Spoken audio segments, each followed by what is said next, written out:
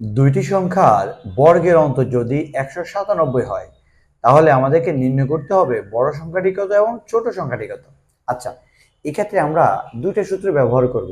বড় সংখ্যার ক্ষেত্রে একটা সূত্র ব্যবহার করব, ছোট সংখ্যার ক্ষেত্রে আমরা আরেকটা সূত্র ব্যবহার করব, তাহলে খুব সহজে আমরা পেতে পারি। আচ্ছা, বড় সংখ্যার ক্ষেত্রে আমরা যে কাজটা করব সেটা হচ্ছে দুইটি সংখ্যার বর্গের অন্তরের সাথে আমরা এক যোগ করব, করে লিখব 2 দিয়ে ভাগ। আচ্ছা, তাহলে 197 রেখে 198 ভাগ 2, সম্ভবত এটা উত্তর হবে 99। আচ্ছা, তাহলে ছোট সংখ্যাটি আমরা যেভাবে নির্ণয় করব সেটা হচ্ছে দুইটি সংখ্যার বর্গের অন্তর বিয়োগ লিখবো আমরা 1।